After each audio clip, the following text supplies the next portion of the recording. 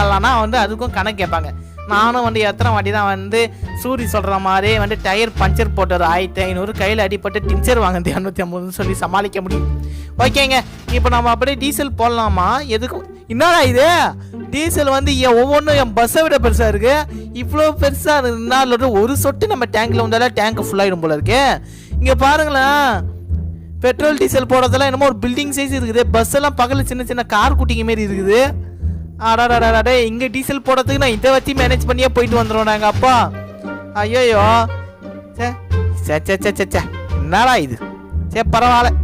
என்னடா இது ஸ்பீட் பிரேக்கரா இல்லை ஒரு மினி ஹில்ஸா இப்படி ஏறி இறங்குது? ஆஹா, இந்த இடத்துல என்னன்னு ஒன்றும் புரியலையே. எல்லாம் டபுள் மடங்கா பெருசு பெருசாக இருக்குது. நம்ம வண்டி தான் சின்னதோ. ஓகேங்க, நம்ம அதை பற்றி அப்புறம் பேசலாம். முதல்ல இந்த பஸ்ஸு ஓட்டுறதுக்கு எப்படி இருக்குன்னு நான் சொல்லிடுறேன். பஸ்ஸு வந்து ஹேண்டிலிங் பவர் ஓகே மாரி தான் இருக்குது. ஏன்னா இதுக்கு இன்னும்